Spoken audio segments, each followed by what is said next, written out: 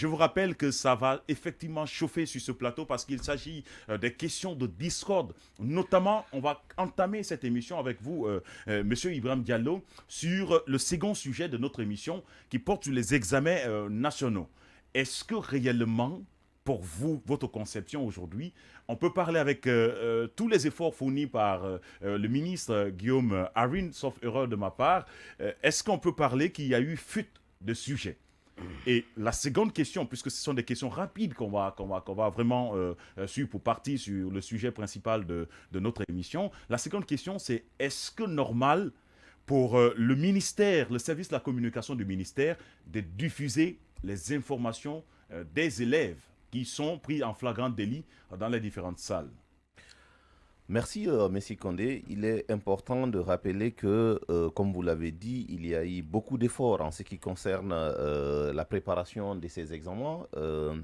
D'ailleurs, chaque année, nous venons avec un slogan qui nous dit zéro tolérance, tolérance zéro. Et nous retrouvons souvent au cours des dernières années qu'il y a souvent des fuites.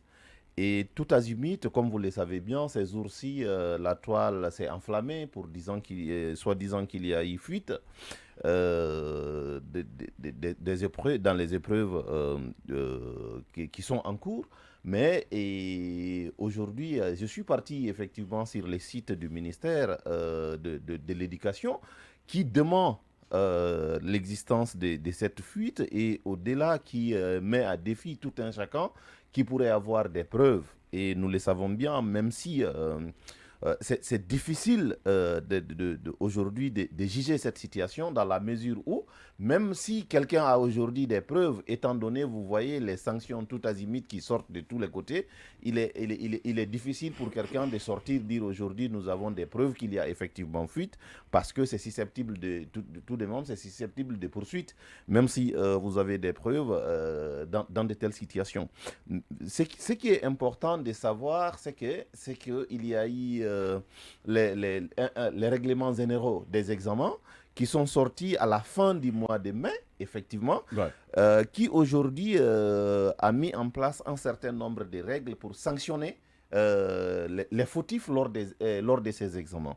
La question que je me pose en tant que juriste, c'est est-ce que des règlements qui sont sortis le 29 mai, il y a eu le temps de diffusion et d'information nécessaires pour les élèves, étant donné bien que ce que je vois de plus préjudiciable, c'est de dire que lorsque vous êtes fraudé lors de cet examen, vous êtes aussi tout de suite fraudé pour l'examen de l'année prochaine. C'est ce qui Parce que se passe quand même dans d'autres pays c'est ce que nous que voyons. la Guinée. Oui, mais c'est ce que nous voyons dans ce truc. Mais est-ce que les élèves étaient au courant?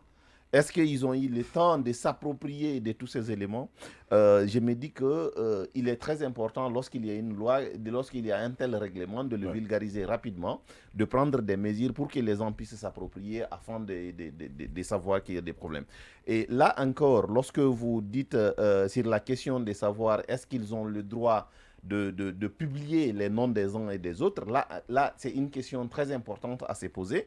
Mais lorsque vous êtes déjà pris en flagrant délit de fraude, ça veut dire que vous êtes tout de suite jugé coupable par rapport à la situation. Ouais. Et à ce niveau, vous n'avez pas le droit de dire qu'on ne doit pas me publier, on doit me cacher et ainsi de suite, parce que dans ces examens, le surveillant, il joue déjà le rôle de première juridiction, des juridictions de rapprochement, pour savoir effectivement, une fois que vous êtes pris en flagrant délit. C'est logique et normal. En fait, c'est logique lorsque c'est en flagrant délit, on vous a pris, que ce soit pour les élèves et que ce soit pour les enseignants, lorsqu'il y a des preuves, effectivement que vous êtes en situation de fraude, vous ne pouvez pas opposer les questions de divulgation de votre nom ou de divulgation de votre matricule ou quelque chose qui s'apparente à cela.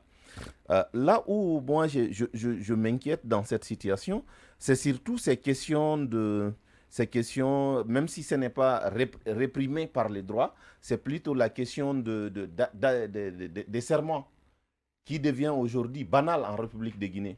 Pour un oui, pour un non, tout le monde va vers un serment. Et puis, les serments qu'on fait en République de Guinée, ça c'est bien là où c'est dangereux, c'est que c'est un serment qu'on fait sur des livres sacrés. Alors, vous avez vu déjà le nombre de personnes, le nombre d'encadreurs de ces examens qui ont été pris en flagrant délit, qui ont été fraudés, mais qui ont été sanctionnés, mais qui, comme nous le savons bien, ont prêté serment. Sortant un peu du droit, revenir sur la question religieuse, j'ai l'impression que si nous faisons tant de serments et que tout le monde est assermenté dans le pays, on risque de laisser beaucoup plus de malédictions dans ce pays que de faire des résultats par rapport à ce que nous voulons. Parce que nous avons vu que l'essentiel, il y a beaucoup de personnes qui n'arrivent pas vraiment à savoir la portée d'un serment sur un livre sacré. Mettre la main sur le Coran, mettre la main sur la Bible et jurer, et le lendemain aller faire le contraire, je crois que c'est quelque chose qu'il faut beaucoup réfléchir pour ne pas que l'effet que nous sommes en train de rechercher pour aller vers la justice, qu'on ne laisse un pays où l'essentiel des cadres se retrouve dans une situation de malédiction qui va continuer à suivre notre pays. Une situation de malédiction qui va continuer à suivre notre pays. Je me tourne vers vous, docteur.